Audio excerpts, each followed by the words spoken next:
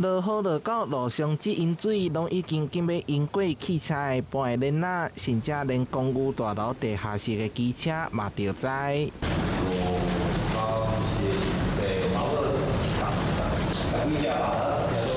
自雨在算到底有幾台車，還有人的新車嘛泡在咧水內底，損失歹估計。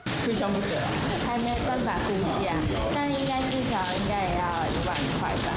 個歹去啊，愛修理啊。伊內底有差不多15台的烏托派，規個攏滅頂啦，規攏滅頂。啊，剩下有一寡厝內底受淹水入去。25號暗時雨勢相當的大，水一度排袂出去。當地里長趕到現場了解，水利局等相關單位嘛調派3台抽水機來抽水。台南市南區文華里德蘭街一帶邊啊就是運河，這冬來攏無淹過水，也閣淹甲遐爾嚴重，質疑是水閘門無開。45冬來，這都從來沒淹過水，為什麼這次會淹水？雨難落小的時陣，水就馬上就退啊。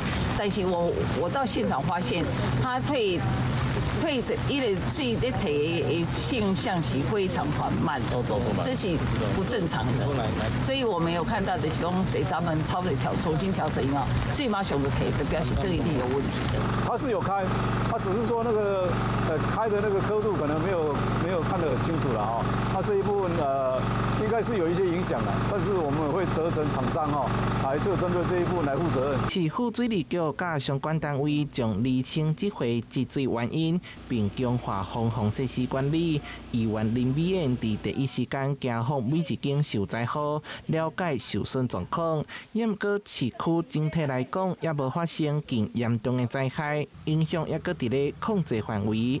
台南新聞社會陳鴻報道。